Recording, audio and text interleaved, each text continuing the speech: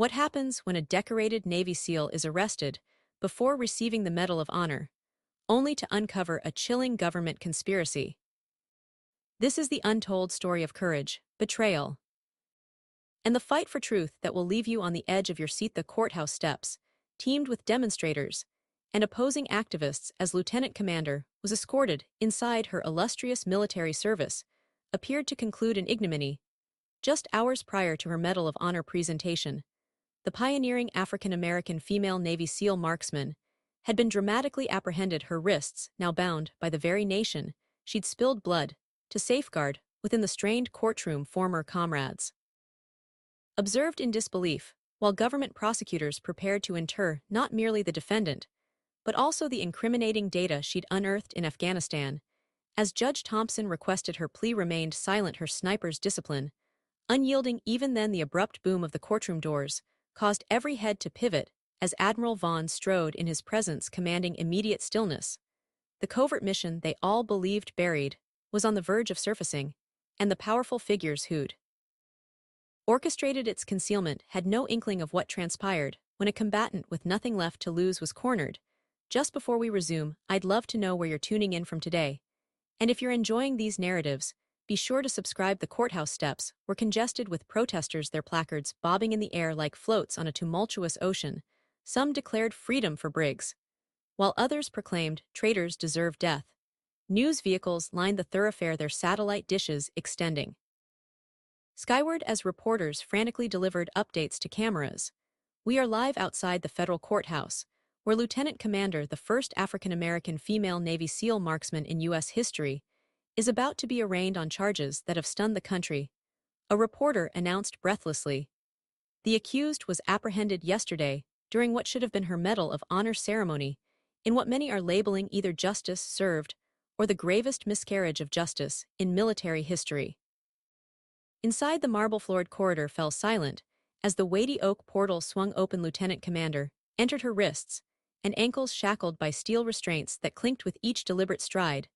Despite the orange jumpsuit that had supplanted her dress blues, she maintained an unmistakable military, bearing. Her shoulders remained squared, her chin lifted, her dark eyes fixed straight ahead. The courtroom erupted in murmurs. Journalists scrawled furiously in notebooks, while sketch artists captured her profile. Her expression revealed nothing, not apprehension, not fury, not even perplexity, just the steady, calculated concentration that had rendered her legendary behind a rifle's scope. All rise, the bailiff announced as Judge Elaine Thompson entered, her black robe swishing as she occupied her seat at the bench. The judge's unyielding gaze swept across the crowded gallery before settling on the defendant. Please be seated, she stated, her voice crisp and distinct in the suddenly quiet chamber. We are convened. The arraignment of Lieutenant Commander on charges of. She paused, adjusting her spectacles, as she perused the document before her: breach of national security, unauthorized disclosure of classified information, and potential charges of treason to be determined. In the third row, 4 men in civilian attire sat rigidly, their military haircuts and vigilant eyes marking them as clearly as if they still bore their trident pins. Former members of SEAL Team 6, they exchanged glances that conveyed volumes. Without a single utterance, "What the hell is happening?" one of them, Jackson Taylor, whispered to the man beside him. 24 hours ago, she was about to receive the Medal of Honor. The other man, Mike Simmons, shook his head slightly. Something's amiss. Would not violate security, not after everything we've endured. The accused will rise, Judge Thompson commanded. Stood the chains at her ankles, softly rattling. Assistant United States Attorney Philip Mercer approached the bench, tall and slender with salt and pepper hair. He exuded the self-assurance of a man accustomed to prevailing. Your Honor, Lieutenant Commander has deliberately and maliciously jeopardized national security by divulging classified operational details of a top-secret mission. The government requests she be held without bail, as she presents both a flight risk and an ongoing threat to national security. Judge Thompson peered at the defendant over her reading glasses. Lieutenant Commander, how do you plead? The courtroom seemed to collectively hold its breath. Her attorney, a visibly anxious public defender who'd clearly been assigned the case mere hours earlier, placed a tentative hand on her arm, remained silent, her eyes fixed on a point somewhere beyond the judge. Lieutenant Commander, Judge Thompson repeated, her tone sharpening. I asked how you plead to these charges. Still said nothing. Her attorney cleared his throat. Your Honor, my client wishes to reserve her plea until I need to hear from the defendant. Judge Thompson interjected, the silence stretched. Uncomfortably, even the court reporter's fingers hovered motionless above her machine from her seat. In the back row, Department of Justice Agent Camille Harris watched with intense interest at 32. She was one of the youngest agents to achieve her position in the DOJ's National Security Division. Something about this case had felt wrong from the moment the file had landed on her desk that morning. Unlike the other officials present, Camille's focus wasn't solely on her stoic face, but on the details. Others overlooked the superfluous level of restraint for an officer with no history of violence, except in combat, the rushed nature of the proceedings, the absence of any senior naval officers to represent the branch's interests. As Camille scanned the room, she noticed a man slip quietly through the side door, distinguished, in his mid-60s, wearing an expensive suit that nonetheless couldn't conceal his military bearing. Senator James Williams, chairman of the Armed Services Committee, he took a seat in the back corner, his expression unreadable. As he studied the defendant, the standoff between judge and defendant continued until her attorney tried again. Your Honor, given the sensitive nature of, I'm losing patience, counselor, Judge Thompson warned. Suddenly a flash of memory seemed to cross her face, the only emotion she'd displayed since entering the courtroom. For just a second, those watching closely could see her somewhere else. The crack of gunfire, screams in a language few in the courtroom would comprehend, the heft of a rifle in her hands, as she made impossible choices under fire. Then the moment passed, and her composure returned. Lieutenant Commander, Judge Thompson said, her patience clearly wearing thin, your distinguished service record is not a shield from justice. This court demands your plea. Just as the judge prepared to issue a contempt charge, the main doors at the back of the courtroom swung open with force. The sound drew every eye in the room. A tall, imposing figure stood in the doorway.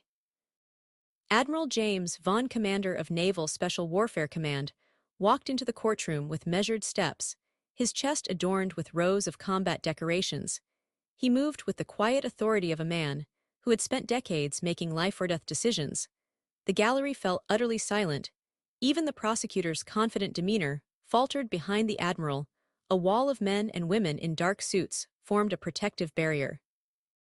Elite agents from various intelligence branches, their presence as unexpected as it was intimidating. This proceeding is now paused. Admiral Vaughn announced, his voice carrying to every corner of the room without him having to raise it.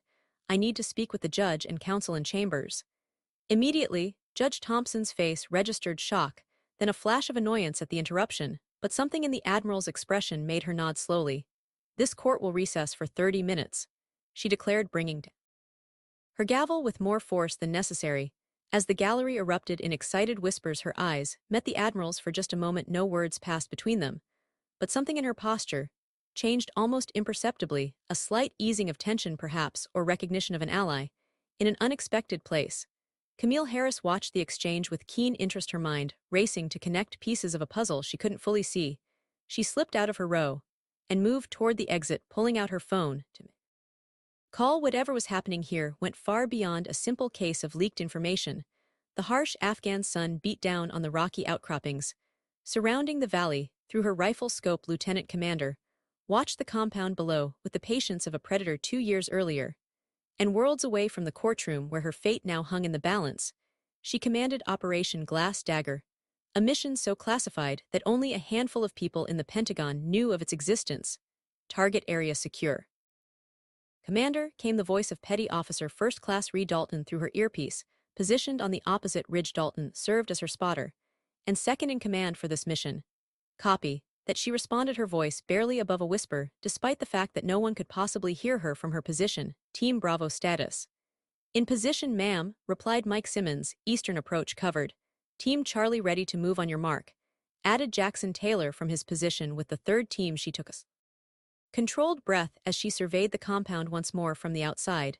It appeared to be nothing more than a remote outpost, the kind of place that wouldn't warrant attention on any satellite footage, but intelligence from highly placed sources suggested otherwise. Remember, this is observation only, she reminded her team. We confirm the presence of the rogue unit, document their activities, and extract. Command wants evidence before they send in a larger force. What her team didn't know, what only she and Admiral Vaughn knew, was the true nature of their target. They weren't hunting terrorists, or even Taliban leadership, they were tracking American operatives. A CIA-funded special unit codenamed Ember, that had gone dark 3 months ago. Movement at the south entrance. Dalton reported, two vehicles approaching. Through her scope she watched as a pair of unmarked SUVs pulled into the compound. Men in civilian clothing emerged, but their movements betrayed military training. One of them she recognized immediately. Colonel Marcus Reed, the presumed leader of Ember, confirmed visual on primary target. She said quietly, as she adjusted her scope to follow Reed into the building. Dalton's voice came through again, but with a different tone. Commander, I'm picking up something on thermal that doesn't match the briefing. There are a lot more heat signatures in the eastern building than there should be. She frowned. How many? At least 20, maybe 30, and they're clustered, not moving like combatants. Something cold settled in her stomach. Maintain position. I'm going to circle around for a better angle. Moving with the silent efficiency that had earned her legendary status among the SEALs, she repositioned herself on a rocky outcropping that gave her a view into the windows of the eastern building. What she saw made her blood run cold. Men, women, and children, civilians crowded into what appeared to be cells. Some wore the traditional clothing of local villages, others didn't look Afghan at all. All appeared malnourished, frightened. Dalton, are seeing this? She whispered. Affirmative. He replied, his voice tight. This isn't a base, it's a prison. She grabbed her secure satellite communication device, Glass Dagger, to lighthouse priority transmission for Admiral Vaughn only. After a moment of static, Admiral Vaughn's voice came through. Go ahead, Glass Dagger. Sir, Ember isn't just operating independently, they're holding civilians against their will. Multiple nationalities, including children, request immediate extraction authorization. There was a long pause before Vaughn responded. Negative, Commander, maintain observation. We need more intel before we act. Sir, with respect, these people need immediate medical attention. Some appear to be subjects of. She hesitated, struggling to process what she was seeing through her scope. Sir, I believe they're being used for some kind of testing. Another pause, longer this time. Commander, your orders remain unchanged. Document everything, but do not engage. We can't risk an international incident without ironclad proof. Understood, sir. She replied, though every instinct in her body screamed against the order. For 6 hours her team maintained surveillance, documenting the comings and goings from the compound. Twice she observed medical personnel entering the eastern building. Once they removed what appeared to be a body. As night fell, her resolve hardened. Team, new orders, she said over the secure channel. We're moving in, Commander. Simmons questioned. Those aren't our orders. I'm overriding previous directives based on humanitarian necessity, she replied. This is now a rescue operation. Team Bravo will create a diversion at the north perimeter. Team Charlie will secure the main building and communications. Dalton and I will extract the prisoners. There was a moment of silence before her team responded with a series of affirmatives. They trusted her judgment. Implicitly, they had followed her through hell before, and would do so again. What she didn't know was that Dalton had already been compromised earlier that day, while she'd been focused on the compound. He had slipped away briefly to make contact with an operative from Black River, a private military contractor with deep ties to Ember's operation. As she and her team prepared to move, Dalton sent a brief text message from a burner phone. SEAL team moving in. Glass Dagger compromised.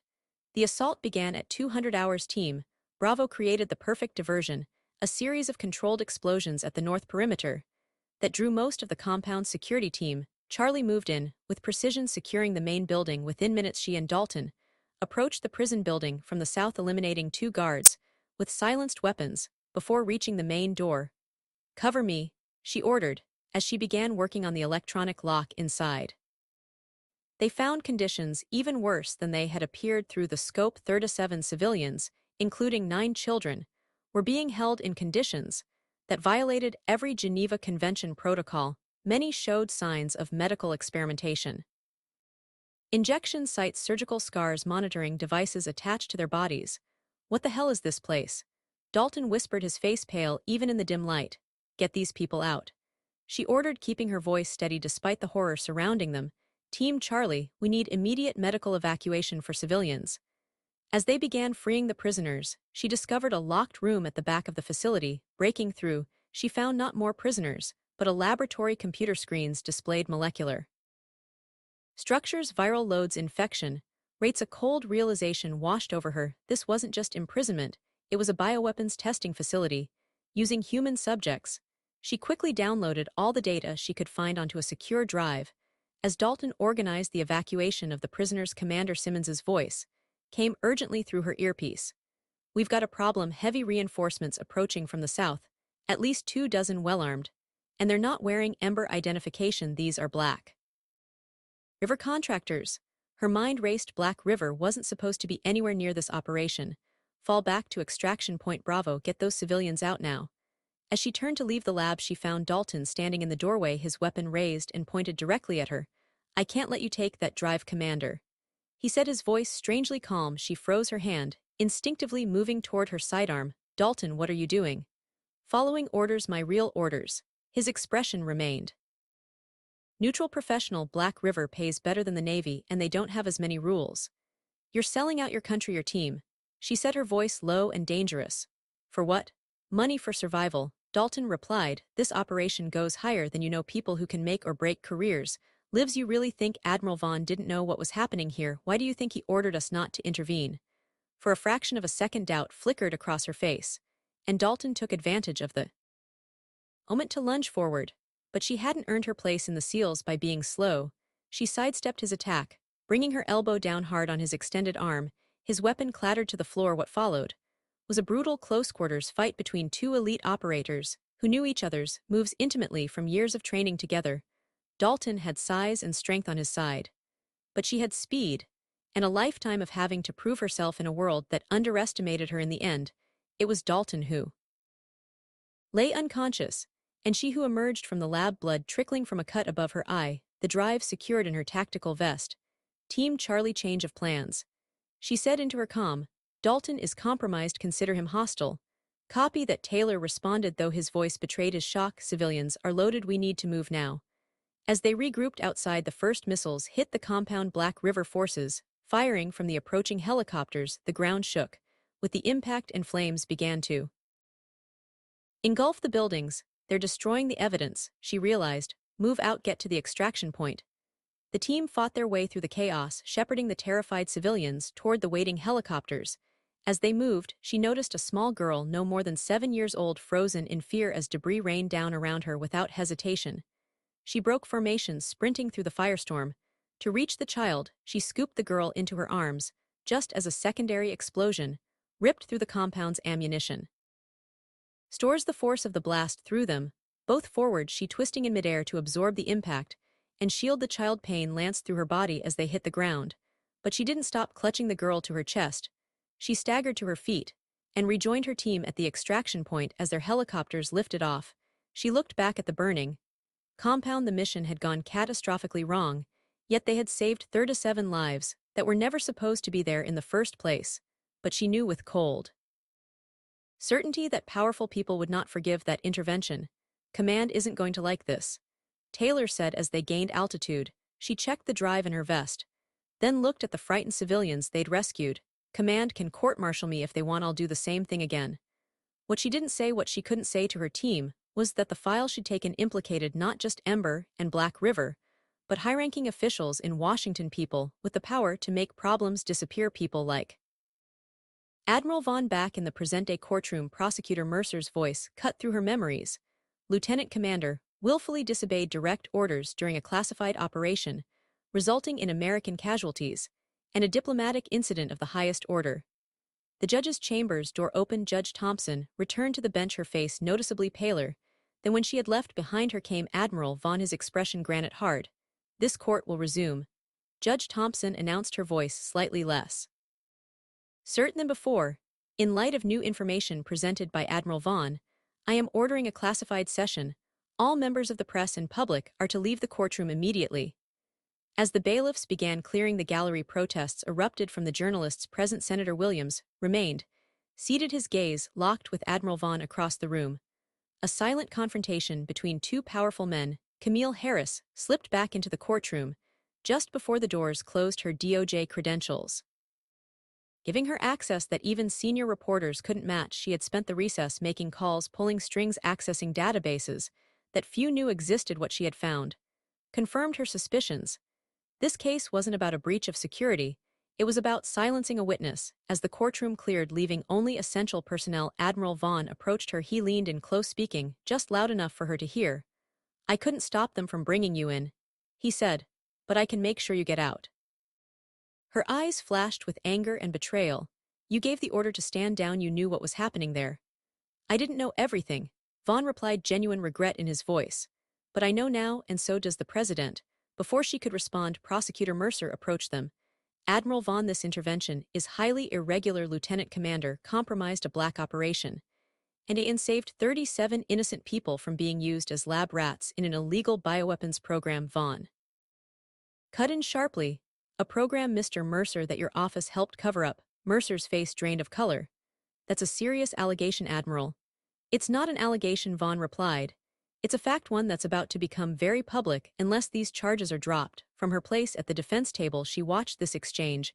With the same calculating focus she applied to battlefield situations.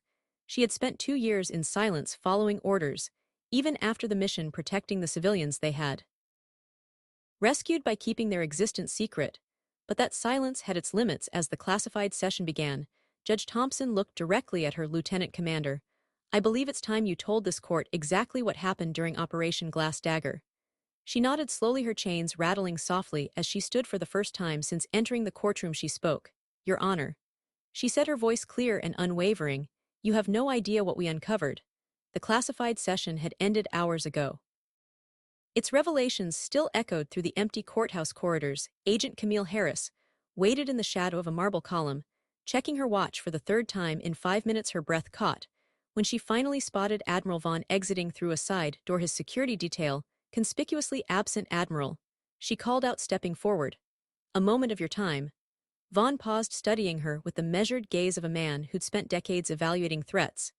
Agent Harris, I was wondering when DOJ would make their move. This isn't official, Camille said, holding up her empty hands. I switched off my recorder, this is just between us. Something in her tone must have convinced him. Vaughn nodded toward a small alcove away from the security cameras. Once they were both tucked into the shadowed space, he spoke first. You've been digging into Glass Dagger.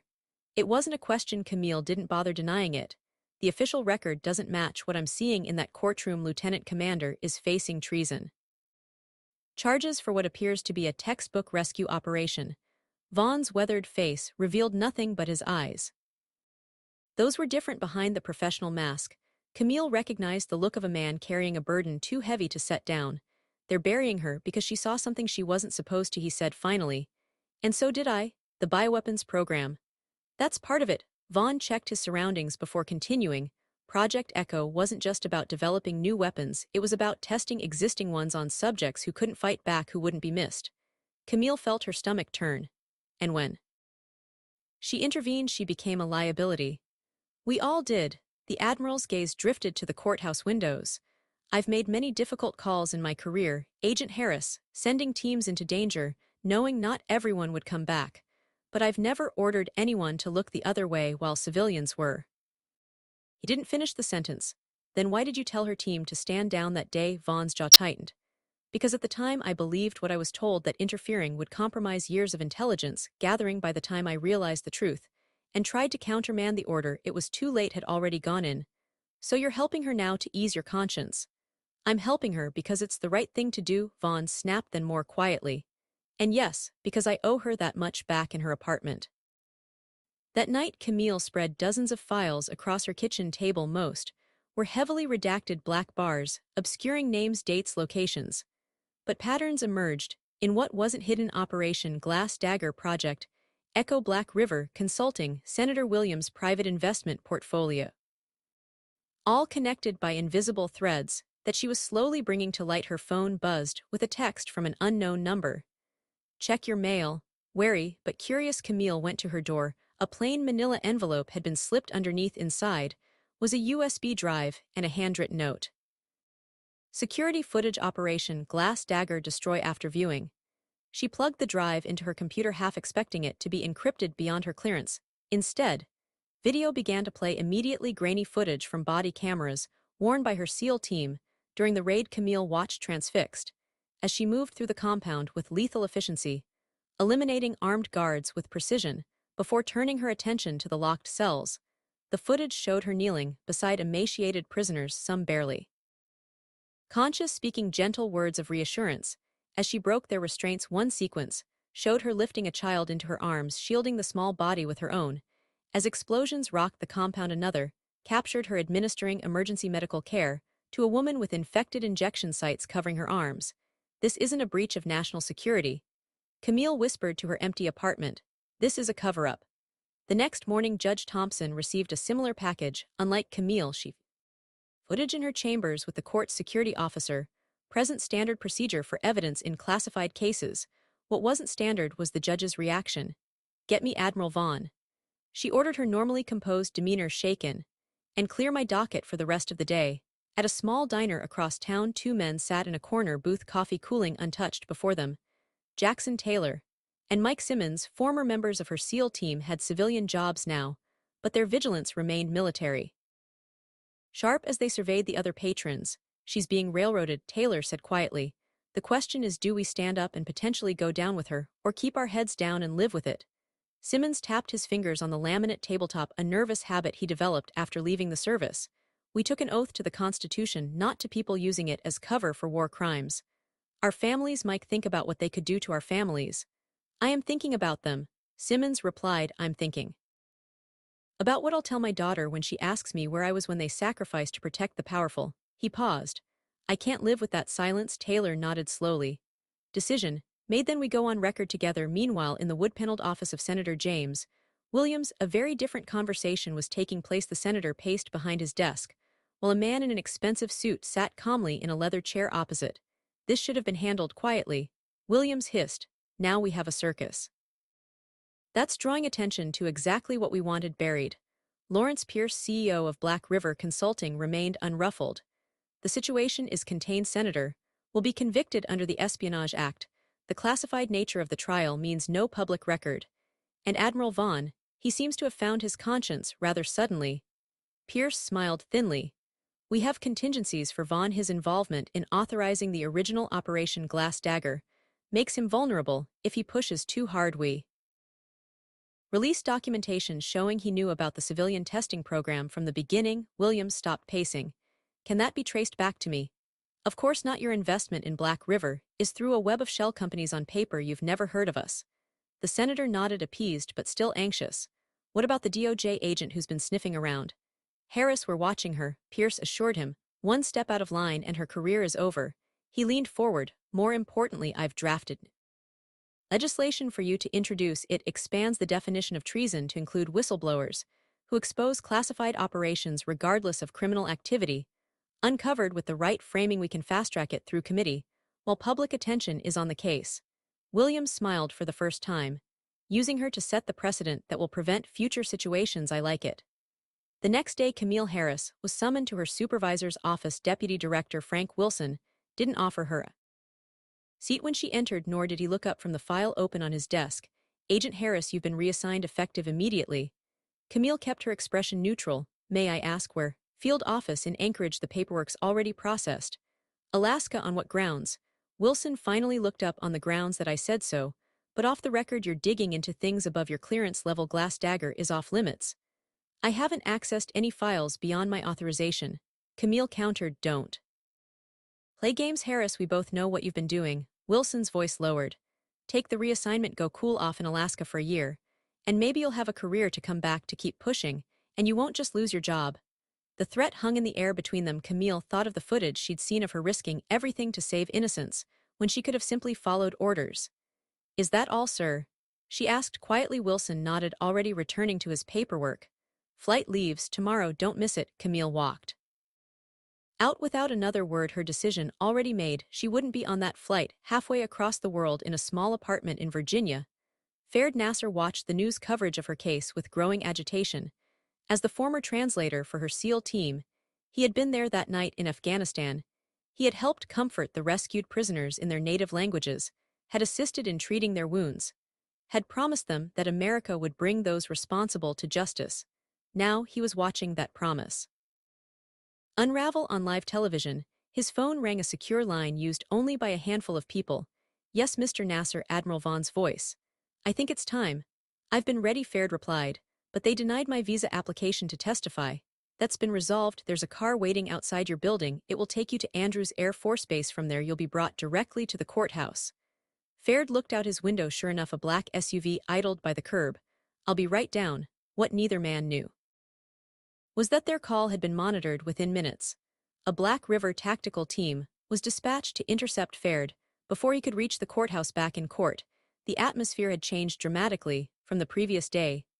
Judge Thompson's demeanor had shifted from skeptical to troubled. Prosecutor Mercer seemed less confident, more defensive, and Lieutenant Commander, while still in restraints now, had a team of military lawyers flanking her instead of the overwhelmed public defender the gallery cleared of.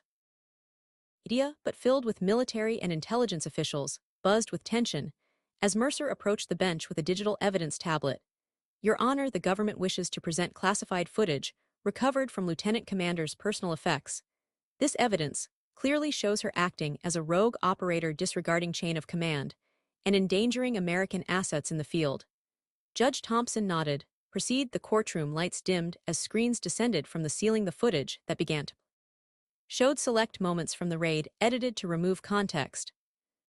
Her giving orders that contradicted her official mission, parameters the confrontation with Dalton framed to make it appear that she had attacked a loyal team member. The destruction of the compound presented as if she had ordered it to destroy evidence, rather than Black River's attempt to eliminate witnesses. From his seat at the defense table, Admiral Vaughn's face darkened. He rose to his feet. Your Honor, this footage has been doctored. Mercer turned affronted. That's a serious accusation, Admiral. It's not an accusation, it's a fact. Vaughn reached into his briefcase and removed a sealed folder stamped with presidential seals. I have here executive orders authorizing the full unaltered footage to be entered into evidence, along with operational details of Project Echo that the prosecution has conveniently omitted. The courtroom erupted in chaos. Senator Williams leapt to his feet, shouting objections. Prosecutor Mercer demanded the defense's evidence be reviewed in a separate hearing. Security personnel moved to positions around the room as tensions escalated. Through it all, she remained seated, watching the confusion with the same calm focus she applied to everything. This too was a battlefield of sorts, and she had survived worse. Judge Thompson brought down her gavel, repeatedly calling for order. When the room finally quieted, she fixed Vaughn with a stern gaze. Admiral, approach the bench with your evidence. As Vaughn moved forward, the courtroom doors burst open once more. Faird Nasser, his face bruised and his clothing staggered in, supported by Camille Harris. Your Honor, Camille called out, her DOJ credentials held high. This witness was just attacked by armed men, attempting to prevent his testimony. I have reason to believe they were working for Black River Consulting, acting on orders related to this case. Senator Williams went pale. Prosecutor Mercer began frantically whispering to his assistants, and Judge Thompson, surveying the chaos before her, made a decision that would alter the course of the trial. This court will hear the unaltered evidence and testimony from all relevant witnesses, she declared, beginning with the full operational details of Project Echo. Admiral Vaughn stepped forward, placing his sealed documents on the bench. Your Honor, what you're about to see links a private military contractor, a classified bioweapons program, and elements within our own government in a conspiracy that Lieutenant Commander uncovered at great personal risk. The screens in the courtroom flickered to life once more, this time showing the unedited footage as the truth of Operation Glass Dagger unfolded before the stunned courtroom. The full weight of what she had discovered, and what powerful people had tried to hide, became devastatingly clear. The footage ended, leaving the courtroom in stunned silence for several long seconds. No one moved. Then somewhere in the back row, a veteran began to sob quietly. Judge Thompson removed her glasses, pinching the bridge of her nose.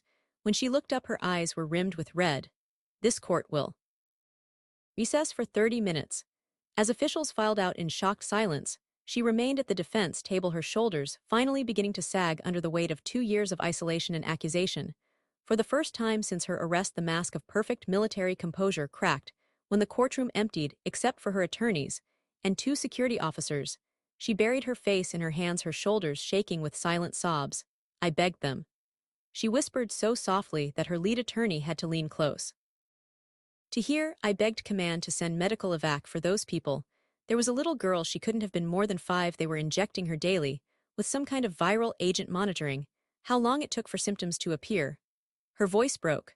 We had room in the helicopters, we could have gotten them all out, but someone higher up ordered our medical transport diverted, said it was a contamination risk, those people needed help, and I was told to leave them to die. The attorney placed a hand on her shoulder, at a loss for words in the face of such raw pain.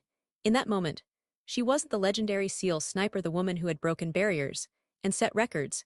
She was simply a soldier who had seen too much and carried too heavy a burden for too long. In the judge's chambers, Admiral Vaughn sat alone with Judge Thompson, who was reviewing additional documents with growing horror. "The order to retreat and burn the evidence came from your office, Admiral."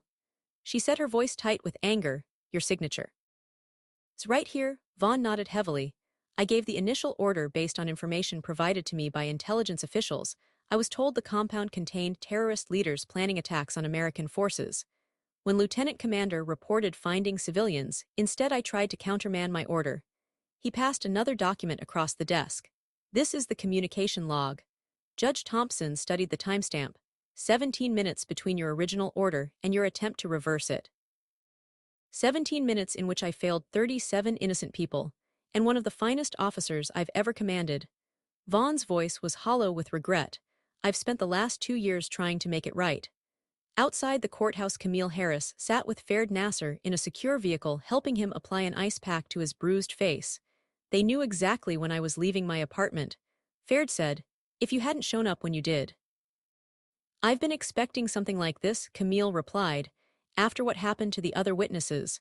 Farid looked at her sharply. "What other witnesses?" Camille hesitated, then decided he deserved the truth. 3 people who were rescued during Dagger have died under suspicious circumstances in the past month. Car accident, home invasion, apparent suicide. And still you got involved knowing the risk. She thought about her supervisor's threat, the assignment to Alaska, the warning to stop digging. "Some things are worth the risk, Mr. Nasser." Farid nodded slowly. "Lieutenant Commander said something similar that night in Afghanistan when I asked her why she was risking her career to save strangers." The court reconvened with a different energy, the performative aspects of legal procedure stripped away by the gravity of what had been revealed. She composed once more, but with the shadow of her emotional breakdown still visible in her reddened eyes, stood as Judge Thompson returned to the bench. "In light of the evidence presented, this court will now hear testimony from witnesses to the events of Operation Dagger." Judge Thompson announced. "The court calls Farid Nasser." Farid took the stand, still bearing the marks of his earlier assault. He described in detail the night of the raid, the condition of the prisoners, her leadership during the evacuation, and the bombardment that had nearly killed them all as they fled. "Lieutenant Commander carried 2 children herself," he testified. "When our helicopter was hit, she used her body to shield them from debris. Later, when we landed at a medical outpost, she gave her blood for transfusions, 3 pints. The doctors told her to stop, that she was risking her own life. But she refused, until all the critical patients were stabilized."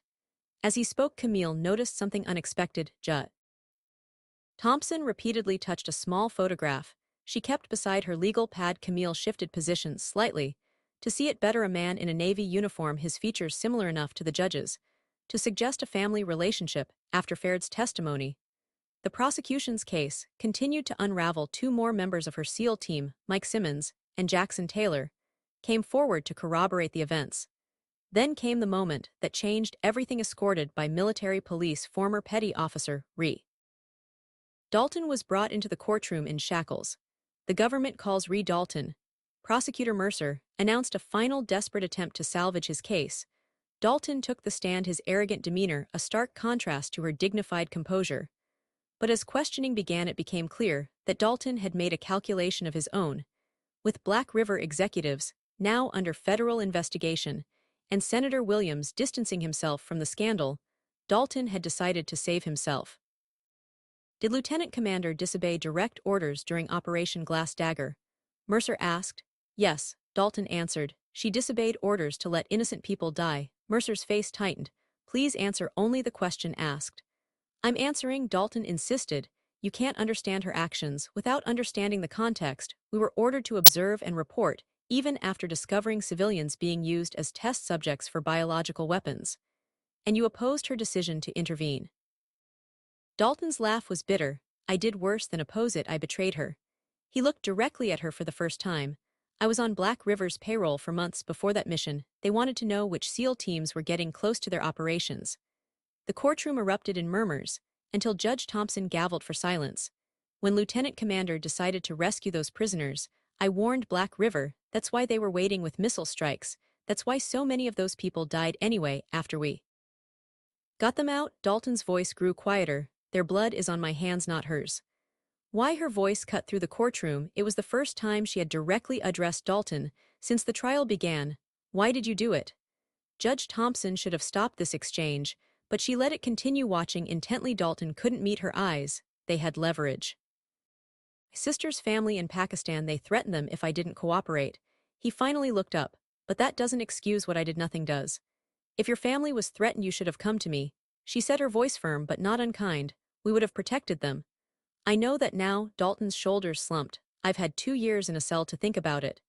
As testimony continued, the truth emerged piece by piece. She hadn't leaked classified information. As accused, she had followed proper channels, reporting the bioweapons program up the chain of command. But those reports had been buried by the same officials who were invested in Black River's operations. When official channels failed, she had made the decision to protect the rescued civilians by keeping them hidden, working with trusted NGOs to relocate them across Europe and Canada. With new identities, her silence wasn't an admission of guilt. It was protection for people who would be eliminated if found outside the courthouse. The crowd had grown as word spread of the dramatic testimony taking place within veterans groups. Human rights activists and ordinary citizens gathered, their chant of "Free Briggs" growing louder by the hour. The tension reached its peak when Senator Williams attempted to leave through a side exit, only to be confronted by a wall of protesters. His security detail hustled him back inside, where Camille Harris was waiting. Senator Williams, she said, her DOJ badge displayed prominently. I need to ask you some questions about your investment in Black River Consulting. Williams's face hardened. I have no comment on ongoing legal matters, Agent Harris, and if I were you, I'd be very careful about making accusations against a sitting senator. This isn't an accusation, it's an investigation. Camille held up a folder. We have financial records showing your offshore accounts received payments from Black River on the same day you blocked congressional oversight of private military contractors operating in Afghanistan. The senator's composed facade cracked. You have no idea what forces you're playing with, Agent Harris. One phone call from me. And what? Admiral Vaughn's voice interrupted as he rounded the corner. You'll have her silenced like you tried to silence, like you silenced those witnesses. He stepped closer to Williams, his physical presence intimidating despite his age. That game is over, Senator. Back in the courtroom, Judge Thompson was engaged in her own internal struggle throughout the day's testimony. She had repeatedly touched the photograph on her bench, a habit that hadn't escaped her notice. During a brief recess, she approached the bench. Honor, if I may, the man in your photograph. He was a SEAL, wasn't he? The judge stiffened. My brother, Commander Michael Thompson, he died in Afghanistan 2 years ago. During Operation Glass Dagger, she said softly, recognition dawning. He was one of the support team pilots. The Black River missiles hit his helicopter first.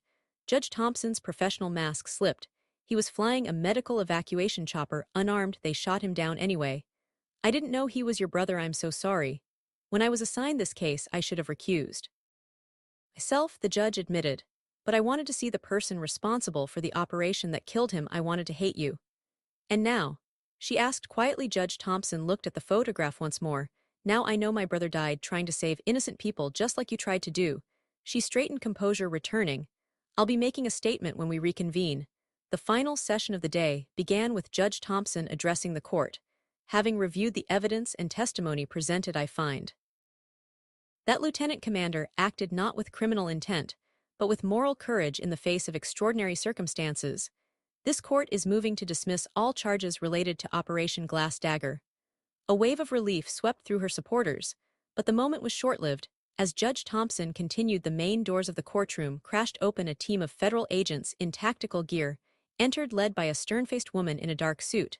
This court is now adjourned, the woman announced, flashing credentials that made even Judge Thompson pause. Lieutenant Commander is being remanded to federal custody on charges of high treason under National Security Directive 1949. On whose authority? Admiral Vaughn demanded, rising to his feet. The highest. The woman replied coolly. Director Kessler, Office of International Security. Lieutenant Commander will be transported to a secure federal facility, pending a closed tribunal, as federal agents moved to take custody of the defendant. Judge Thompson made one final effort to maintain control of her courtroom. This proceeding is not concluded. You have no jurisdiction here. With respect, Your Honor, we have jurisdiction everywhere when it comes to matters of national security. Director Kessler nodded to her team. Take the prisoner. She stood tall as the federal agents approached. She had fought this battle in good faith through proper channels, only to find that the system she had sworn to defend was being used against her. But as the new handcuffs were placed on her wrists, replacing the ones removed just moments earlier, her eyes found Camille's in the gallery. A silent message passed between them. This fight wasn't over, it was just beginning. The black SUV carrying cut through the night, its windows tinted to opacity. Inside, Director Kessler sat across from her prisoner, studying the woman who had caused so much trouble.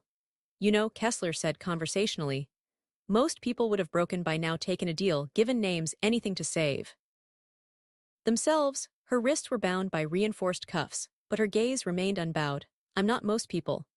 No, Kessler agreed. You're not. That's what makes you so dangerous.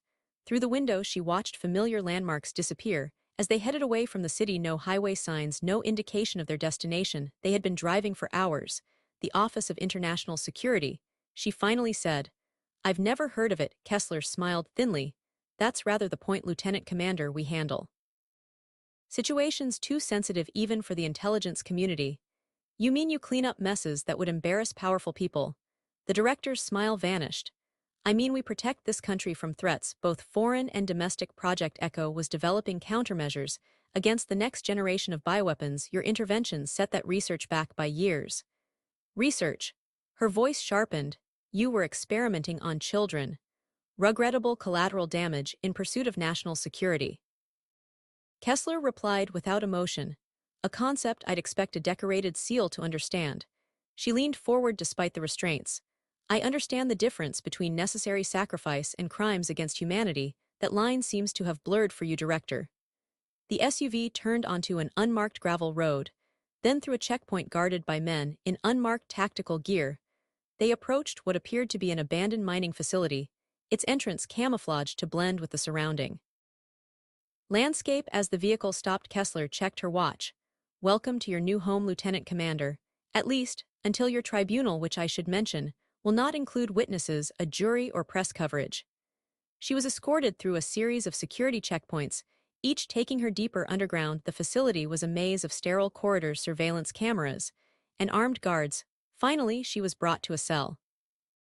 By 8 feet with nothing but a metal bed frame, a toilet, and a sink. You'll be interrogated in the morning. The guard informed her before sealing the heavy door. Alone for the first time since her arrest, she methodically inspected her cell, testing the limits of her confinement with the same precision she once used to evaluate sniper positions. No windows, no vents large enough for escape. The door, solid metal with a small observation window, was controlled remotely. Even for someone with her training, this place was escape-proof. She sat on the edge of the bed, closed her eyes, and began to regulate her breathing, the same technique she'd used during long missions when movement would give away her position. Patience, observation, waiting for the right moment. These had kept her alive in war zones. They would serve her now back in Washington. Judge Elaine Thompson sat in her chambers, a glass of bourbon untouched. Before her, the day's events replayed in her mind. The testimony, the evidence, her brother's photograph, and then the federal agents storming her courtroom. In 20 years on the bench, she had never felt so powerless. A soft knock at her door interrupted her thoughts. Her clerk entered, looking nervous. Judge Thompson, there's someone here to see you. She says it's about the case. I'm not taking any visitors, Thompson began, but fell silent when Camille Harris stepped into the room. Your Honor, Camille said, I apologize for the intrusion, but time is critical. Lieutenant Commander has been taken to a black site facility. Thompson set down her glass. Agent Harris, you realize you're putting your career at risk coming here. With respect, Your Honor, my career became secondary the moment I saw what they're trying to hide. Camille placed a folder on the judge's desk. This is evidence that OIS has been operating an extrajudicial detention program. For years, they don't just hold terrorists. They hold American citizens who threaten to expose government misconduct. Thompson leafed through the documents, her judicial detachment crumbling with each page. How did you get this? I followed the federal agents after they left your courtroom. They took her to a holding facility in Maryland. Before transferring her to the black site, I managed to track the transport route. Camille hesitated. I also accessed OIS secure servers. You hacked a federal intelligence agency. Thompson's eyebrows shot up. Not exactly. I had help from someone who owed Lieutenant Commander his life. Camille pulled out her phone and showed the judge a map. She's being held here. A decommissioned mining complex repurposed as a detention center, Director Kessler calls it. The Hole. Judge Thompson studied the location. Even with this information, I have no jurisdiction over OIS facilities. They operate under executive authority. That's why I need your help to reach someone who does have that authority. Camille replied. Admiral Vaughn miles away. Admiral Vaughn was already engaged in his own battle. Summoned to a late-night meeting at the Pentagon, he found himself facing a panel of stern-faced officials, including the Secretary of Defense. Admiral Vaughn, your actions today have raised serious concerns about your judgment. The Secretary began, interfering with a federal case, submitting classified materials without proper clearance. With respect, Mr. Secretary, every document I submitted was cleared through the proper channels. Vaughn interrupted, not through our channels. Countered a thin man at the end of the table. Thomas Reed, Deputy Director of the CIA, rarely attended such meetings in person. His presence signaled the gravity of the situation. Because your channels are compromised. Vaughn replied bluntly. Project Echo was never authorized by Congress or the President. It was a rogue operation funded through black budget allocations that were supposed to go to counterterrorism.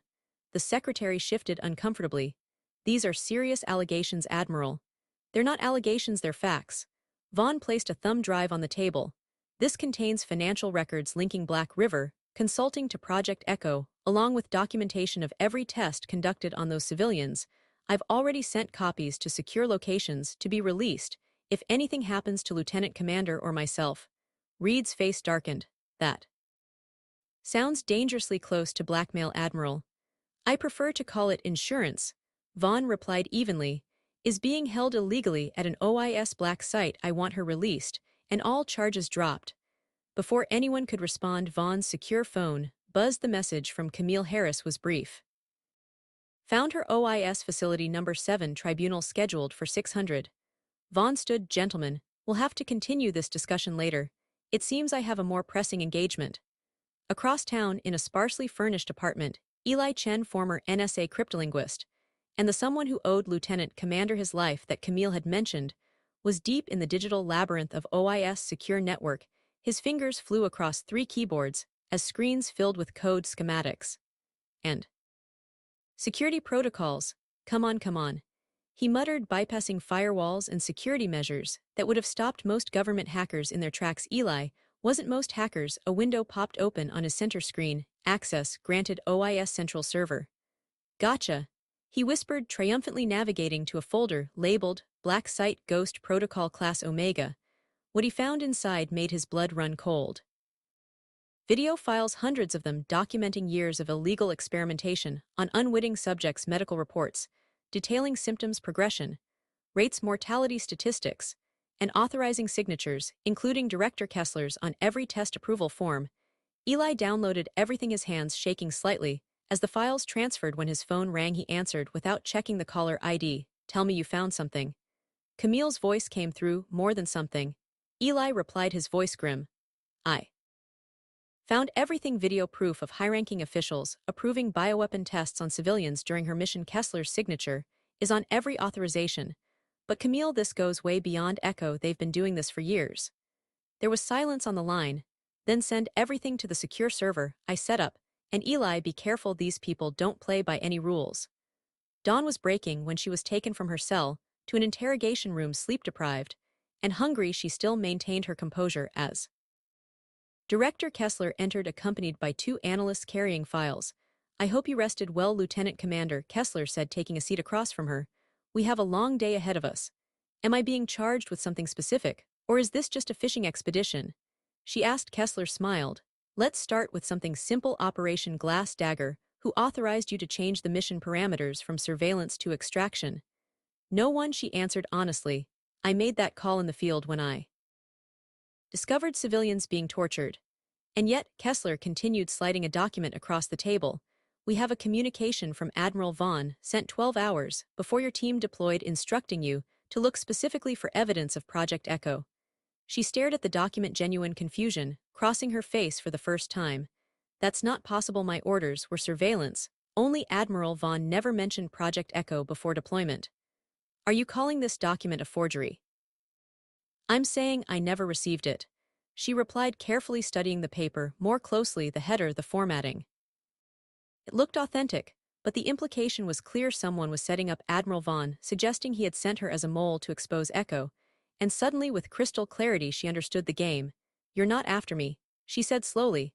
"I'm bait you want, Admiral Vaughn." Kessler's expression remained neutral, but the slight tightening around her eyes confirmed her suspicion. Vaughn was always the target. Kessler acknowledged. His position gives him access to Intelligence Oversight Committee's military appropriations. Classified operations across all branches. When he started asking questions about Echo 2 years ago, he became a liability. "So why come after me now? Why not take him out directly?" "Because Vaughn is politically protected. You, despite your impressive record, are not. By arresting you, we forced his hand. He had to either abandon you or expose himself by coming to your defense." Kessler leaned forward.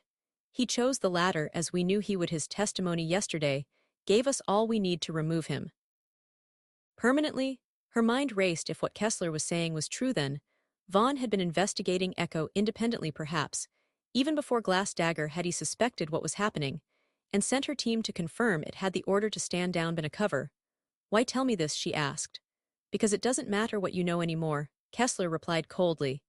"In a few hours, both you and Admiral Vaughn will face a tribunal that will find you guilty of treason. The penalty, as I'm sure you're aware, is death." Miles away, Camille Harris sat across from Admiral Vaughn in a secure safe house, reviewing the files Eli had extracted from the OIS server.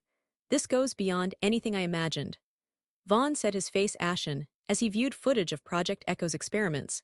They weren't just developing bioweapons, they were testing delivery methods, infection rates, mortality statistics using human beings as lab rats. "And it wasn't just Echo," Camille added, pulling up additional files. "There were at least 7 other projects, all operating under similar protocols, all unauthorized, all using Black River as operational support." Vaughn rubbed his face, suddenly looking every year of his age. "I've been a fool, Agent Harris. 2 years ago, I received intelligence suggesting unusual activity at that compound.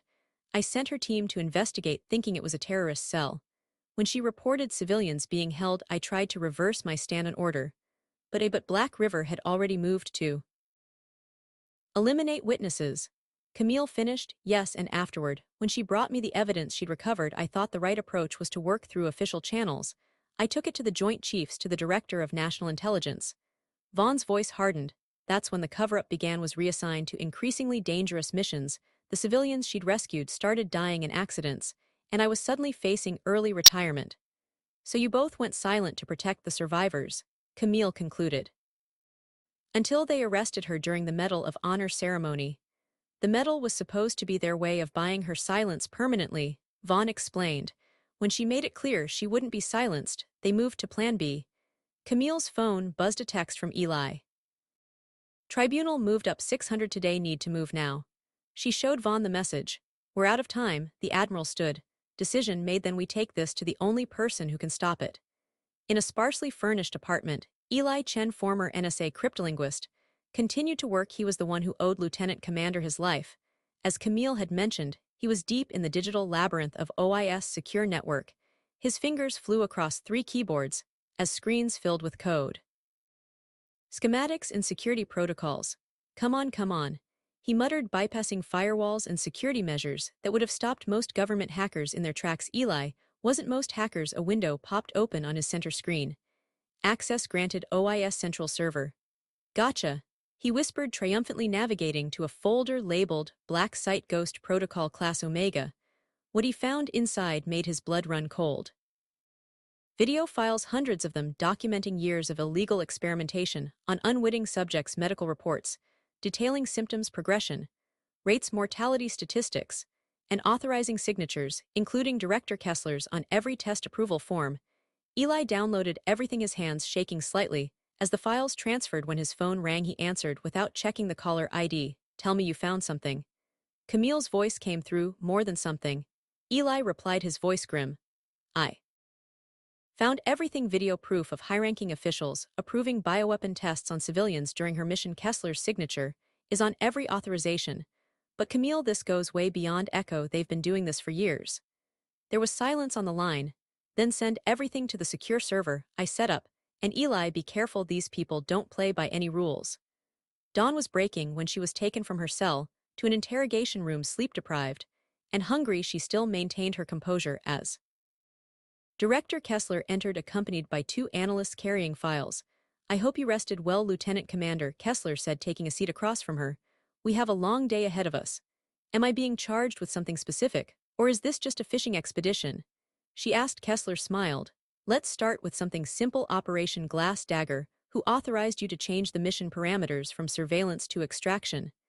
"No one," she answered honestly. "I made that call in the field when I discovered civilians being tortured." And yet, Kessler continued, sliding a document across the table. "We have a communication from Admiral Vaughn, sent 12 hours before your team deployed, instructing you to look specifically for evidence of Project Echo." She stared at the document, genuine confusion crossing her face for the first time. "That's not possible. My orders were surveillance. Only Admiral Vaughn never mentioned Project Echo before deployment." "Are you calling this document a forgery?"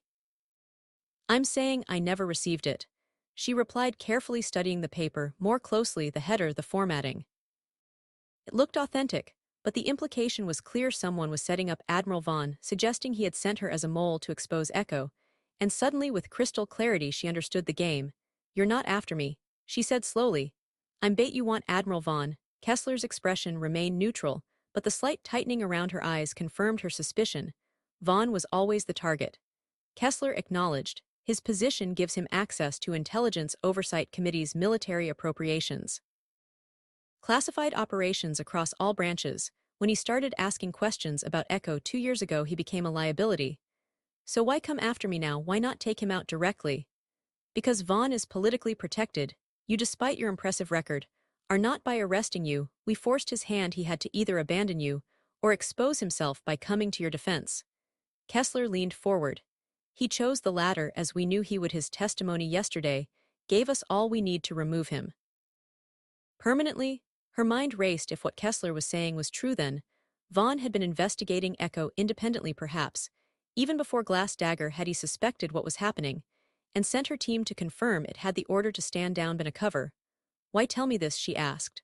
"Because it doesn't matter what you know anymore," Kessler replied coldly.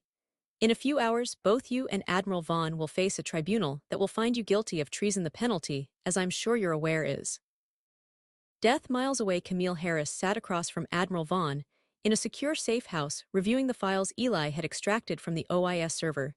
"This goes beyond anything I imagined," Vaughn said, his face ashen, as he viewed footage of Project Echo's experiments.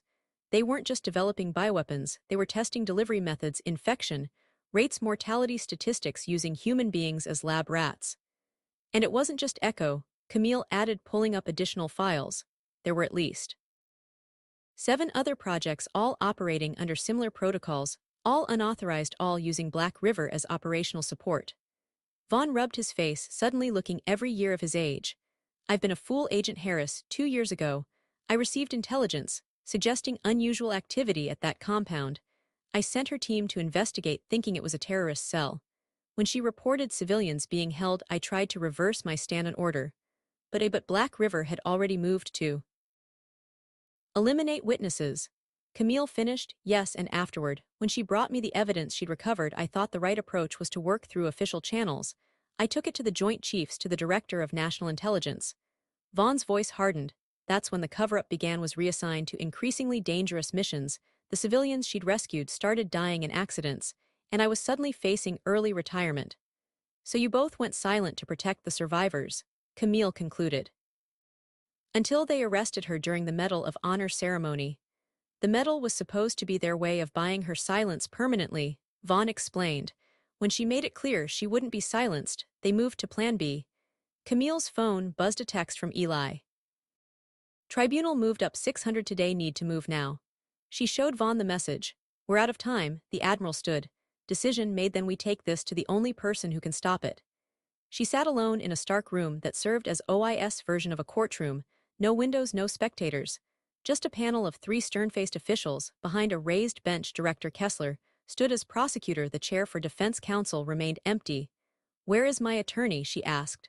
"National Security Tribunals don't require defense counsel," one of the panel members informed her. "Your service record will serve as character witness." The absurdity of it might have made her laugh if the situation weren't so dire. Her entire career, her sacrifices, her accomplishments, reduced to a piece of paper that would be ignored by people who had already decided her fate. The proceedings began with a reading of the charges. Treason, espionage, unauthorized disclosure of classified information, insubordination. Each carried penalties ranging from life imprisonment to death. As evidence was presented, all carefully selected and edited to paint her as a rogue operator, she remained silent. This wasn't a trial, it was theater. The verdict had been determined.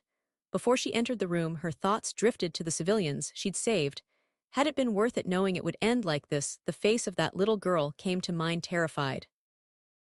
Malnourished, yet still finding the strength to smile, when she carried her to safety. Yes, it had been worth it, even knowing the cost. The sound of the door opening drew her back to the present.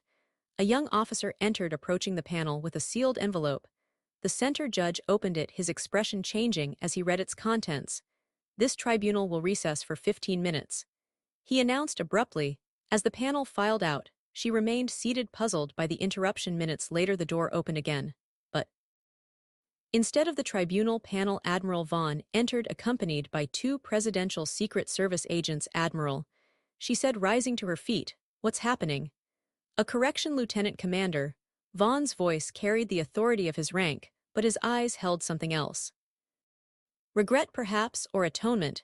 You're being released into my custody by presidential order." Before she could respond, Director Kessler burst into the room, her carefully maintained composure cracking. "This is an outrage. You have no jurisdiction here, Admiral." "Actually he does," said one of the Secret Service agents, presenting a document bearing the presidential seal. "By executive order, OIS is being placed under review, and all detainees at black site facilities are to be transferred to proper federal custody pending investigation." Kessler's face flushed with anger. "You've made a grave mistake, Admiral. This goes higher than you know." "I know exactly how high it goes," Vaughn replied calmly, "and so does the president now that he's seen the files." "Agent Harris recovered from your servers." As the agents moved to remove her restraints, she looked at Vaughn with new understanding. "You sent me to find Echo, didn't you? Even before Glass Dagger, I was your mole." Vaughn nodded slightly. "I had suspicions, needed confirmation, but I never imagined what you'd find or what they'd do to cover it up." His voice dropped. "I'm sorry I put you in an impossible position." "You're not the only one who owes me an apology," she replied, rubbing her wrists as the cuffs came off, "but you're the only one who's tried to make it right." "Access denied, access denied, access denied."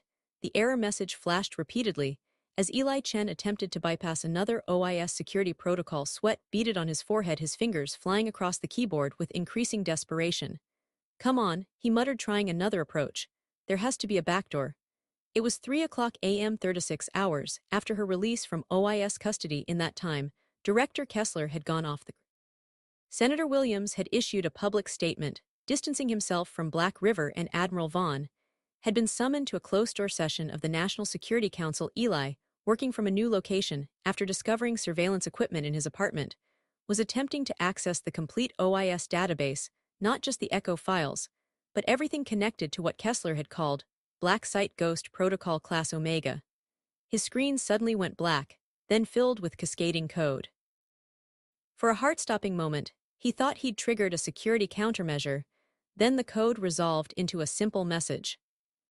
"Try this key," followed by a string of characters. Eli hesitated, then entered the key. Instantly, folders began populating his screen, thousands of them dating back nearly a decade. "Holy shit," he whispered, pulling out his phone to call Camille. She answered on the first ring. "Tell me you found something." "I found everything," Eli replied, his voice hushed with shock. "Someone just gave me master access to the entire Ghost Protocol database, video, audio, documentation. It's all here." "Someone?" Camille repeated. "Who?" "I don't know, but whoever it is, they have highest level clearance. The files I'm seeing." "Camille, this is bigger than Echo, much bigger. Send me what you have, I'll bring it to Admiral Vaughn." In a secure conference room at the Pentagon, Admiral Vaughn sat with her, reviewing the evidence they had compiled. Despite her release, she remained in a precarious position. Legally cleared but still watched by powerful enemies. The mission within the mission, Vaughn explained, pulling up classified documents on a secure terminal. 2 years ago, I began noticing discrepancies in operation reports from Afghanistan missions that officially never happened, funding that couldn't be traced, personnel transferred without explanation. You suspected a black operation. She said, one without proper authorization. Vaughn nodded. I needed someone I could trust completely to verify my suspicions, someone with the skills to get in and out undetected if necessary. Me, she said simply. You, he confirmed. I selected your team for Glass Dagger because of your reputation for moral clarity as much as your tactical excellence. The official mission was surveillance of suspected terrorist activity, but I gave you a secondary objective. Look for signs of unauthorized American operations.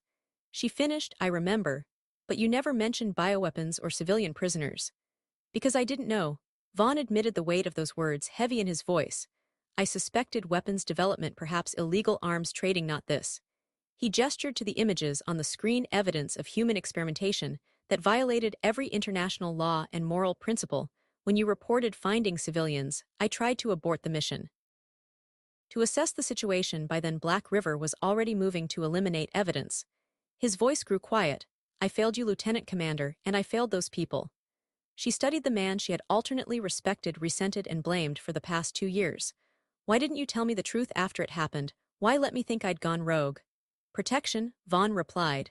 If they knew you were acting under my orders, they would have eliminated you immediately. Your insubordination was your shield. Before she could respond, Camille Harris burst into the room, laptop in hand. Admiral, Lieutenant Commander, you need to see this. She connected her computer to the room's secure display. Files from Eli's hack filled the screen. Damning evidence of Ghost Protocol operations, spanning years and continents. This is what Eli found in the OIS database. Camille explained. Navigating through folders. Project Echo was just one branch of a much larger program. They've been conducting similar operations in Yemen, Somalia, Ukraine, anywhere with enough instability to hide their activities. Who authorized this? Vaughn demanded, his face pale with anger. That's the thing, Camille replied, pulling up a heavily encrypted document. According to this directive, Ghost Protocol was established under the authority of you, Admiral. Her head snapped up. What? Vaughn stared at the document in disbelief. This is a forgery. I never authorized any such protocol. The digital signature matches yours, Camille said. But there's something odd about the timestamp. According to the metadata, this document was created 2 weeks ago, but backdated to appear as if it were signed 3 years ago. They're framing you, she realized, just like Kessler said during my interrogation. We're always the target. The Admiral's phone rang, a secure line connected directly to the White House. As he answered, his expression grew increasingly grave. Yes, Mr. President, I understand. I'll be there within the hour. He ended the call and turned to the others. That was the President. Congress has called an emergency classified hearing. I'm being summoned to testify about my role in establishing Ghost Protocol. It's a trap, she said immediately. Once you're under oath, they'll use these forged documents. Discredit you and everything you've revealed about Echo. I know, Vaughn agreed, but I have no choice if I refuse to appear. It confirms their narrative that I've gone rogue. He stood straightening his uniform. Agent Harris, continue working with Mr. Chen. Find anything that can prove these documents were falsified. As Vaughn prepared to leave, she stepped forward. Admiral, let me come with you. Absolutely not, he replied firmly. You're still vulnerable. If they can't get to me, they'll use you as leverage. With respect, sir, we're stronger together. They want to separate us because it makes their job easier. Vaughn considered her words, then nodded slowly. Very well, Lieutenant Commander. But stay close. This isn't a battlefield you're familiar with. All battlefields operate on the same principle, Admiral. She replied. Know your enemy and never give them the high ground. As they left, Camille turned back to her laptop, diving deeper into the files. Eli had uncovered something wasn't adding up. Why would OIS create such elaborate forgeries only to store them where they could potentially be discovered? Unless it's a diversion, she muttered to herself. They want us focused on clearing Vaughn while they move on their real objective. She pulled out her phone to call Eli, but there was no answer. Her stomach tightened with dread. Grabbing her weapon and badge, she raced for the door across town. In a nondescript hotel room, Director Warren Kessler sat across from Senator James Williams and Lawrence Pierce of Black River. The atmosphere was tense. The conversation hushed. The president has ordered a full investigation. Kessler informed them. OIS is being placed under oversight. Ghost Protocol is being shut down. This is a temporary setback, Pierce replied dismissively. We've weathered similar storms before. Not like this, Kessler countered. They have the videos, the authorization forms, the medical data, everything. Williams paled. How? Someone inside OIS, someone with highest level access. Kessler's gaze hardened. we're being sacrificed to protect someone higher up. Dawn broke over the safe house, where Lieutenant Commander sat at a kitchen table steam, rising from an untouched cup of coffee before her 3 days had passed, since her dramatic release from OIS custody. 3 days of moving from location to location, always watching for surveillance, always one step ahead of those who wanted her silence. The door opened, and Camille Harris entered, followed by Admiral Vaughn. Both looked exhausted. They've scheduled the congressional hearing for tomorrow, Vaughn announced, placing his briefcase on the table. Closed session, no press. She nodded, unsurprised. Of course, can't have the public knowing their tax dollars funded illegal human experimentation. There's more, Camille said, her expression grim. We found Eli. Something in her tone made her tense. Is he alive? Barely. He was attacked in his apartment. Professional job made to look like a robbery gone wrong. He's in surgery now. Did he manage to secure the files before they got to him? Vaughn asked. Camille nodded. He uploaded everything to multiple secure servers, but there's something else. She pulled out her tablet, bringing up a document. He found this just before the attack. It's a communication between Director Kessler and someone, identified only as Apollo. She placed the tablet on the table so both she and Vaughn could see. The message was brief. Glasshouse Protocol initiated all evidence to be eliminated. No witnesses. Glasshouse, Vaughn murmured. I've never heard of it. Neither had Eli, Camille replied. But he found references to it in the Ghost Protocol files. It appears to be their ultimate contingency plan. Scorched earth elimination of all evidence and anyone who might testify, including us. Not just us, Camille said, pulling up another screen. Everyone connected to Echo. The civilians. You rescued the medical personnel who treated them, the journalists who have been investigating. They're all targets now. Her face hardened. How many survivors are left from the compound? 17, Camille answered. The others have died over the past 2 years. Accidents, suicides, disappearances. 17 people, she repeated softly. I promised them they'd be safe. Admiral Vaughn watched her, recognizing the weight of responsibility in her eyes. Weight he knew all too well. Lieutenant Commander, no one would blame you for walking away now. You've done more than anyone could ask. She looked up, meeting his gaze directly. With respect, Admiral, that's not an option. It never was. She stood. Decision made. We need to get those survivors to safety, and then we need to testify. Publicly, not behind closed doors. The hearing is classified, Vaughn reminded her, by order of the National Security Council. Then we go over their heads, she said. The United Nations has a commission investigating war crimes. If we bring the evidence and witnesses there, not even the U.S. government can sweep it under the rug. Camille and Vaughn exchanged looks. What she was proposing wasn't just risky, it was potentially an act of treason itself, revealing classified operations to an international body. I know what you're thinking, she said, reading their expressions.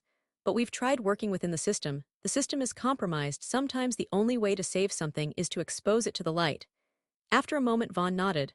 I'll make some calls. I still have contacts at the UN who might help arrange this. We'll need security for the survivors, Camille added, people we can trust. My former team, she suggested. Taylor Simmons. They've already risked everything by testifying as they began formulating a plan. None of them noticed the nearly invisible drone hovering outside the window, its high-resolution camera capturing every word spoken inside. In Sati, a private airfield outside Washington, Director Kessler reviewed the drone footage on her tablet. Beside her, a team of elite operatives prepared weapons and tactical gear. They're planning to take the witnesses to the UN. She informed her team. We intercept them en route. Clean operation, no traces. And Briggs, asked the team leader. Kessler's expression hardened. Highest priority target. She does not reach that hearing. The next morning, as she prepared to leave the safe house, Camille received an urgent call. Her face paled as she listened. What is it? She asked when Camille ended the call. They've taken my brother. Camille said, her voice shaking with a mixture of fear and rage. Arrested him on falsified drug charges an hour ago. They're holding him at a federal detention center. It's leverage, Vaughn said grimly. They're trying to control you. Camille's jaw set with determination. They picked the wrong family to threaten. My brother was a Marine before he became a teacher. He can handle himself. She looked at her. And so can I. Are you sure? I've never been more sure of anything, Camille replied. But we need to change our approach. They're expecting us to run to hide. Instead, let's go on the offensive. She pulled out her phone, scrolling through contacts, before finding the one she wanted. Time to call in a favor. 3 hours later, Camille Harris sat across from Catherine Bennett, anchor of the most watched news program in America. Cameras rolled, as Camille identified only as senior federal agent. Her face partially obscured laid out the evidence of Project Echo Ghost Protocol and the illegal detention of U.S. citizens. What you're describing sounds like something from a totalitarian regime, not the United States government. Bennett said, her professional demeanor slipping to reveal genuine shock. That's exactly the point, Camille replied. These programs operate in direct violation of U.S. law and international human rights conventions. They represent a shadow government operating without accountability or oversight. And you have evidence to support these allegations. Substantial evidence, which has been secured in multiple locations. If anything happens to me or my sources, that evidence will be released automatically to every major news outlet worldwide. As the interview aired, live phones began ringing across Washington at his private club. Senator Williams watched with growing horror as his investment in Black River was mentioned by name in the Pentagon Situation Room. Generals and intelligence chiefs scrambled to contain the fallout, and in her command center, Director Kessler realized her carefully constructed operation was collapsing around her. Find Harris, she ordered her team, and locate they don't reach the UN hearing. But Kessler had underestimated her opponents, while Camille drew attention with her televised interview. She and Admiral Vaughn were already implementing the next phase of their plan at a private airstrip outside Baltimore. Fared Nasser, now a U.S. citizen after years of fighting for asylum, helped load 17 nervous passengers onto a chartered jet. Each had been rescued during Operation Glass Dagger. Each bore the physical and psychological scars of Project Echo, and each had agreed to testify before the United Nations Commission. You're doing a brave thing, Fared told a young woman as he helped her aboard. Your testimony will save others from suffering as you did. She looked at him with eyes that had seen too much. Will it really make a difference? These people, they have so much power. Yes, he said with conviction, because the truth has power too. Lieutenant Commander taught me that. As the plane prepared for takeoff, she stood on the tarmac with Admiral Vaughn watching the survivors board. Once that plane leaves, there's no turning back. Vaughn said quietly, the government will call it treason. They've already called it that. She replied, at least this way the truth gets told. A black SUV screeched to a halt at the airfield gate. She tensed, reaching instinctively for a weapon that wasn't there. But it was Camille who emerged from the vehicle, running toward them. They're coming, she said breathlessly. OIS tactical team 10 minutes out. Someone leaked our location. Vaughn turned to the pilot. Get these people in the air now. As the plane's engines roared to life, a second vehicle approached, this one moving with deliberate speed rather than urgency. When it stopped, the rear door opened to reveal Senator Williams. This is unexpected, Vaughn remarked as the senator approached alone. Williams looked haggard, his usual polished appearance replaced by a man who hadn't slept. I want to talk. No recordings, no witnesses. Anything you have to say can be said in front of Lieutenant Commander and Agent Harris. Vaughn replied coldly. The senator nodded wearily. Fine, I'm here to offer a deal. The investigation into Black River will be dropped. Lieutenant Commander will receive a full pardon, public exoneration, and honorable recognition for her service. In exchange, all evidence regarding Project Echo remains classified. The survivors receive generous compensation, but sign non-disclosure agreements. And you walk away clean, she added, her voice tight with anger. Politics is about compromise, Lieutenant Commander. No one gets everything they want. This isn't politics, Senator, it's justice. She stepped closer, her presence formidable despite the difference in their positions. Those people were treated like lab rats. American officials authorized torture in direct violation of laws they swore to uphold. That doesn't get swept under the rug with hush money and medals. Williams's face hardened. You're making a mistake. There are bigger players involved than you know, people who will never face consequences. No matter what you do, take the deal, it's the best you'll get. The sound of helicopter rotors cut through the air. OIS reinforcements arriving sooner than expected. Timed. Choose Admiral, the senator pressed, glancing at the approaching helicopter. Vaughn looked at her, then at the plane now taxiing toward the runway. I think we've made our choice, Senator. I suggest you make yours. Whether to be on the right side of history or not. As Williams retreated to his vehicle, Camille turned to her and Vaughn. We need to go now. You two go with the survivors, she said. I'll delay them. Not a chance, Vaughn replied. We stay together. The helicopter was descending now, and in the distance sirens wailed as vehicles approached the airfield gates. No time to argue, Camille said, pulling them toward her SUV, Plan B. As they sped away from the airfield, the charter jet lifted into the sky, banking sharply before disappearing into the clouds. 17 witnesses safely on their way to international protection in the SUV. She looked back at the helicopter landing behind them. They'll follow us. That's the plan, Camille replied, a grim smile on her face. We're the decoys while they chase us, the real story breaks worldwide. She handed her phone to her, showing her a live stream that had just begun on screen. Eli Chen, pale, but alive in his hospital bed, was speaking directly to camera, presenting the evidence he'd uncovered from OIS servers. Simultaneously, on every major news network, Camille's interview was being broadcast in full along with selected documents from the Ghost Protocol files. The #Dark Echo Truth was trending globally. And on the floor of the United Nations General Assembly, a special emergency session had been called to address allegations of human rights violations by U.S. intelligence agencies. The world was watching, and the truth, so long buried, was finally coming to light. The United Nations hearing room fell silent as Lieutenant Commander approached the witness stand. 2 weeks had passed since her dramatic escape from the airfield, 2 weeks of international outcry, congressional investigations, and the most significant intelligence community shakeup in decades. Now dressed in her full Navy dress, uniform, ribbons, and medals gleaming under the lights, she stood before representatives from every nation, prepared to give testimony that would change history. Lieutenant Commander, began the commission chairwoman, we thank you for your courage in coming forward. Please state for the record what you witnessed during Operation Glass Dagger. She looked out at the assembly, her gaze steady and unflinching. When she spoke, her voice carried to every corner of the chamber without need of amplification. My silence is not for sale, she began. The truth has names and faces, I carry them all.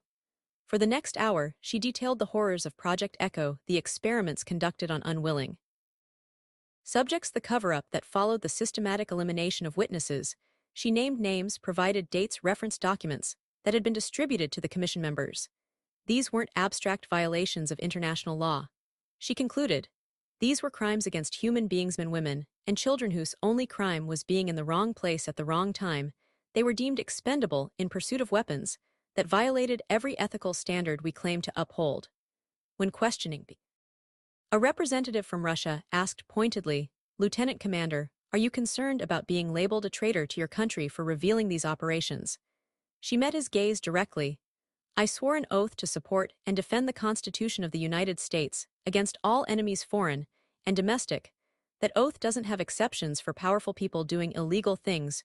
True patriotism isn't blind loyalty, it's holding your country to its highest ideals, especially when it falls short. The hearings continued for days with testimony from survivors, medical experts, and finally Admiral Vaughn himself. The Admiral's testimony particularly shocked the international community, coming from a man who had spent 4 decades in service to American military interests. I bear responsibility for not uncovering these programs sooner.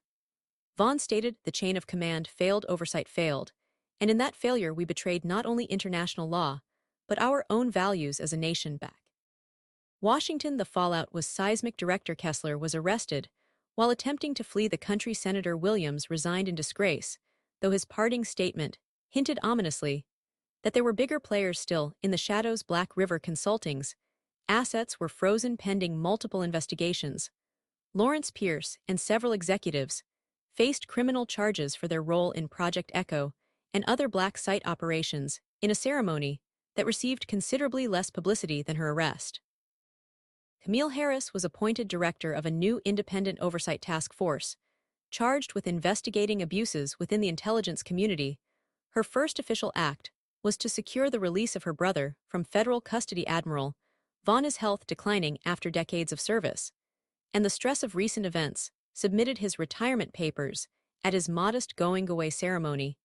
He made a point of inviting underprivileged youth interested in military service, first class of what would become the Vaughn Mentorship Program for future leaders. Reese Dalton, the SEAL who had betrayed her team, was sentenced to 20 years in federal prison for his role in the deaths caused during Operation Glass Dagger. Before being taken away, he asked to speak briefly with her.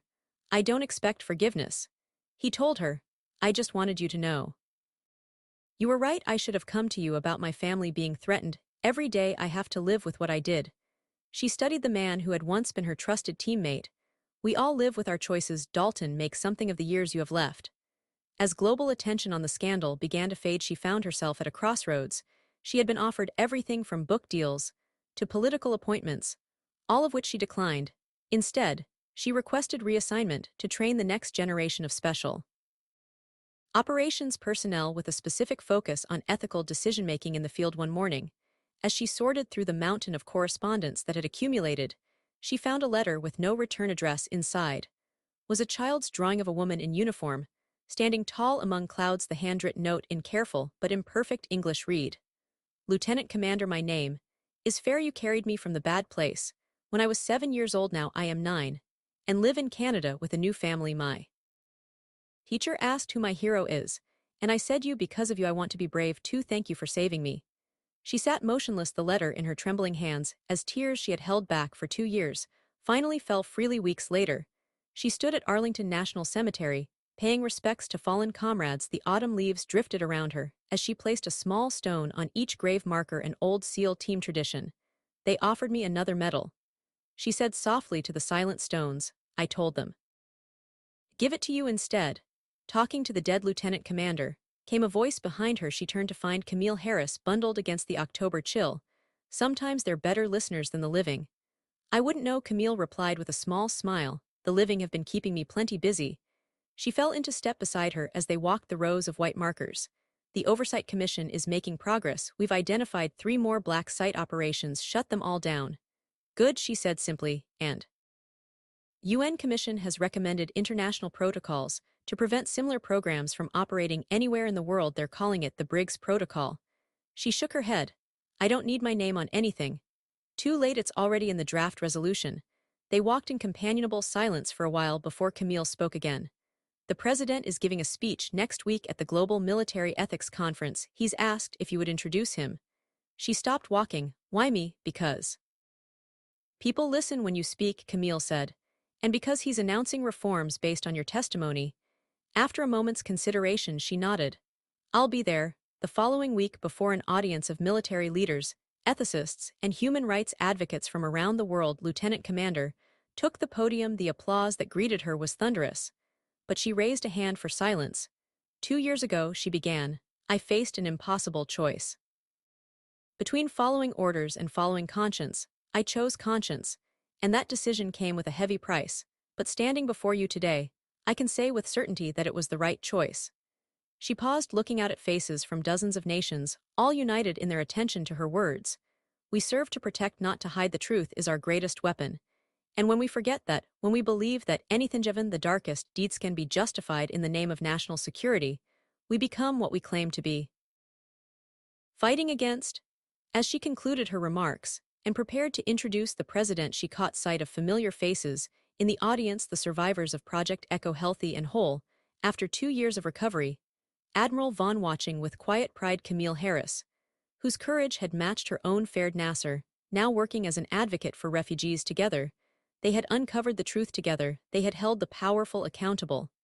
And together, they had proven that even in the darkest of circumstances, integrity could prevail over injustice. Lieutenant Commander, once shackled in a courtroom, stood free before the world, not as a defendant, but as a voice for those who had none, not as a prisoner, but as a warrior for truth, not defeated, but unchained. When our own government betrays its highest ideals, would you have the courage to stand alone for truth, even at the cost of everything? Like, subscribe, and join us next week for another powerful story of those who dared to challenge the powerful. What do you think about the ethical dilemmas faced by our military?